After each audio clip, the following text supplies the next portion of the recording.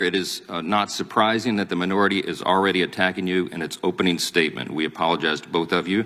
You shouldn't be treated that way. Some of the defenders of big tech and the Biden administration, as we know, have worked very hard to cast doubts on the legitimacy of your reporting, and some have gone so far to state it's irrelevant if Twitter was suppressing speech in coordination with the federal government.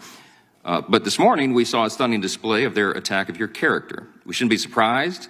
This is what the defenders of big government corruption do. This is the playbook. They destroy the messenger. We just saw it here on live television, and everybody can see it for themselves. And the whistleblowers, of course, as well. Look, this is what we know. What you've documented carefully in the Twitter files are a couple of key facts. People will hear a lot of things today, but this is what they need to know. The federal government, from Democrat members of Congress to intelligence agencies, including the FBI, used Twitter and other social media companies to censor Americans' speech. If the alarm bells are not going off, then you're not paying attention. Over the past 3 years, documents show, they prove what you guys have uncovered here. There's communication between Twitter and the FBI. It was constant, it was pervasive. Twitter was basically an FBI subsidiary before Elon Musk took it over. The Twitter files revealed that by 2020, Twitter was engaged in open information sharing with the intelligence community, and now we know there were many intelligence agencies apparently involved in this. The FBI pressured Twitter to act on election-related tweets leading up to the 2022 election. Of course, they did it in 2020 as well, and Twitter dutifully censored content as a result. Twitter executives restricted accounts. They censored speech that conflicted with the left's narrative. Twitter has used its internal tools to control and manipulate speech considered misinformation, and who was determining that? It was the government bureaucrats. Documents show that Twitter used visibility filtering to restrict certain accounts and posts and removed people from the platform altogether. The Twitter files should be a matter of bipartisan concern for every member of Congress and every American citizen, because it is a bedrock principle of our constitutional system that the government does not get to decide what speech is acceptable or true. Under the First Amendment, Americans have a right to speak freely, regardless of whether their speech upsets the preferred narrative. In fact, that's when it needs the most vigorous protection. Everybody on the left used to believe in that, or at least they purported to. Government and media fact-checkers frequently get things wrong. The American people can't and shouldn't rely on so-called experts to be the arbiters of truth, disinformation boards and the like. It doesn't matter what political party you're in, government should not suppress important debates in public discourse. Gentlemen, let me start with Mr. Taibbi. You have a long, award-winning journalist career. You've just highlighted here decades of experience reporting on some of the most complex and important issues of our time. Where do you rate your reporting on the Twitter files among your whole body of work throughout your career? How serious is this? Well, first of all, Mr. Congressman, thank you for the question. I would say, I spent 10 years covering the aftermath of the 2008 financial crisis. That was obviously a very serious issue, but this Twitter file story and what we're looking at now and what we're investigating now, I don't think there's any comparison. This is by far the most serious thing that I've ever looked at, and it's certainly the most grave story that I've ever worked on personally. I want to ask you both the same question, and that is, first of all, has anyone from the federal government contacted you during the course of this investigation or since you've reported on the Twitter files? And number two, who do you think are the most egregious federal government agencies involved in this censorship exercise? Let me start with Mr. Schellenberger. Thank you, Congressman. I have not been contacted by Mike. Oh, sorry. Thank you, Congressman. I have not been contacted by anybody in the Biden administration relating to this topic. And I would like to echo what Matt just said. I've never worked on an issue where so frequently while doing it, I just had chills go up my spine because of what I was seeing happening. I never thought in my own country that freedom of speech would be threatened in this way. And it's just frightening when you get into it. The most recent, our most recent discoveries, I think you understand the process, is that we first raised a bunch of concerns around the way Twitter pre-Elon Musk was censoring people and creating blacklists. Very quickly, we discovered that we had FBI agents basically and other government officials, demanding that Twitter take certain actions. We now know that the Department of Homeland Services, which has had, what's that? Security, sorry, Department of Homeland Security, had to try to create a disinformation board.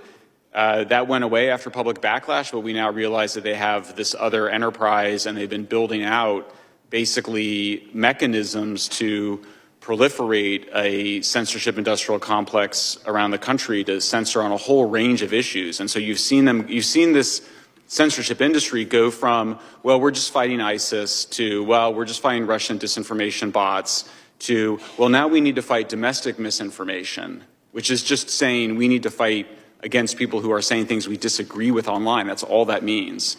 And I mean, it's not a slippery slope. It's an immediate leap into a terrifying mechanism that we only see in totalitarian societies, of attempting to gain control over what the social media platforms are allowing. And so, yeah, for me, it starts at DHS, but we basically see almost every government agency involved in this. It's frightening. I'm out of time. I yield back. Gentleman from Massachusetts, Mr. Lynch is recognized. Thank you, Mr. Chairman. I do need to correct the record.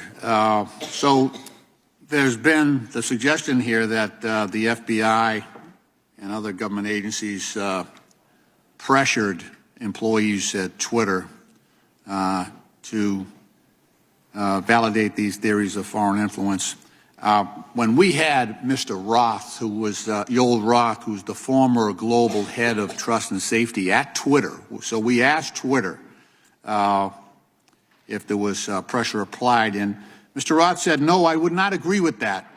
The FBI, this is his quote, the FBI was quite careful and quite consistent to request review of the accounts, but not to cross the line into advocating for Twitter to take any particular action. So that's what Twitter said about the actions of the FBI vis-a-vis Twitter.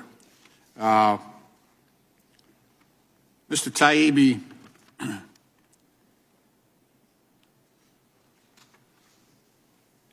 in 2019, Special Counsel Robert Mueller unequivocally found that the Internet Research Agency, owned by Yevgeny Prigozhin, the same oligarch who runs the Wagner Group, carried out an extensive social media disinformation campaign to help then-candidate Donald Trump and to hurt Hillary Clinton. He also found that the Russian intelligence interfered with the 2016 election via a hack and release campaign, damaging to the Clinton campaign. These particular findings came on the heels of the unanimous assessment on the part of the United States 18 intelligence agencies that Russian President Putin, quote, ordered an influence campaign in 2016 aimed at the presidential election, close quote. They also followed the release of a bipartisan Senate Intelligence Committee report finding that Russia and Vladimir Putin engaged in, I quote, aggressive, multifaceted effort to influence the U.S. president election. So, Mr. Taibbi, do you believe that the Russians and their oligarch-controlled Internet Research Agency interfered in the 2016 election via this social media disinformation campaign? Do you believe that? Mr. Congressman, my disagreement with the issue is... I think this is basically a yes or no question. Either you think so or you don't, and I don't have a lot of time, so... Okay, well then I'm going to answer not in the sense that you're putting it. Okay. I think all countries engage in offensive information operations. The question is scale. Do you believe that the Russia Twitter files engaged in hacking? Reclaiming my time. This is how it works now. I'll ask the questions and you try to provide an answer if you can. You have to allow him to answer. Do you believe? The gentleman is out of order and should not be interrupting a member asking a question on our side, Mr. Chairman. Reclaiming my time from everyone. Do you believe that Russia engaged in a hack and release campaign damaging to the Clinton campaign back in 2016? Again, I don't know, and I would say it's irrelevant. All right, let me ask Mr. Schellenbeck. These are pretty easy questions. That's just whether you believe it or not. Mr. Schellenbeck, same question. Do you believe that the Russian oligarch-controlled Internet Research Agency interfered in the 2016 election? I think that they tried to. Okay, fair enough. Mr. Schellenbeck, do you believe that the Russians engaged in a hack and release campaign with respect to the damaging information they released regarding the Clinton campaign? To the best of my awareness, that is what happened. yes. Okay, fair enough. Thank you. That's not the same thing. The as reason influencing. I understand. I understand. Also, that material was true. Yeah. Let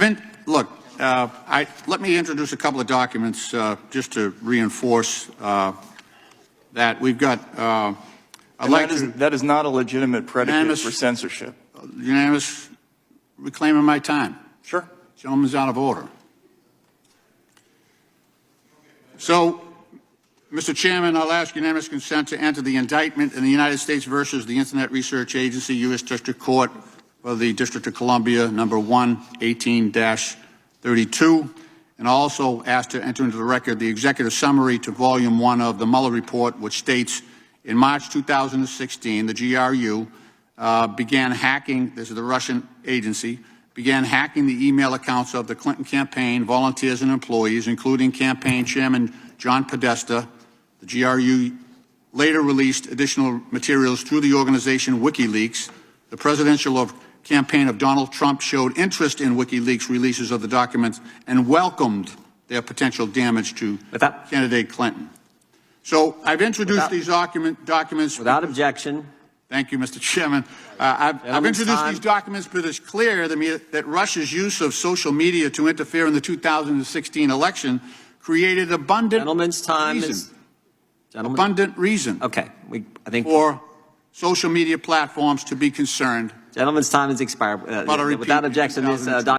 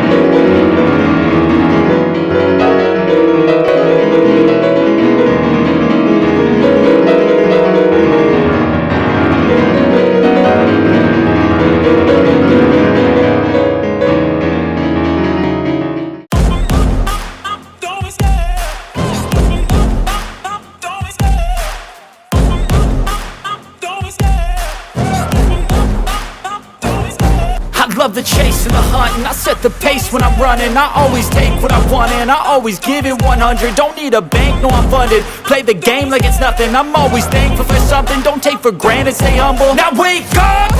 It's time to look at the enemy. Look in the mirror if he is no friend to me. It's not working out, maybe it's the chemistry. It's time to break up so I can make a better me. Better believe in your mind, cause it's everything. You can mold, shape, find almost anything. All it takes is some time and some clarity to find your identity. It's mind over everything.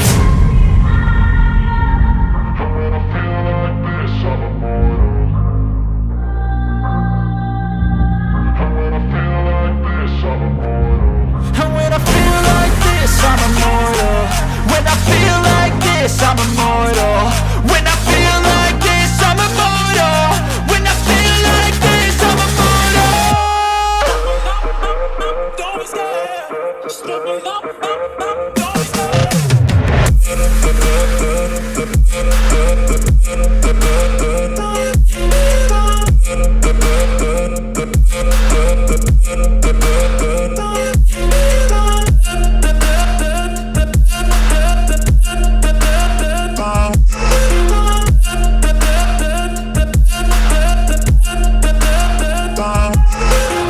I'm so gone, no I'm never turning back. I won't stop, I'ma fight until there's nothing left. It's so on, you're gonna be hurting bad, cause I've been to hell and back. You don't wanna make me mad, I stay strong, you will never see me crack. And if you get in my way, you're gonna feel the wrath.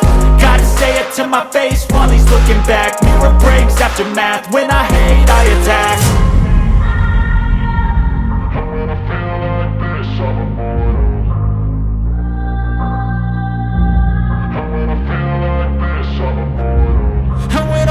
like this, I'm immortal.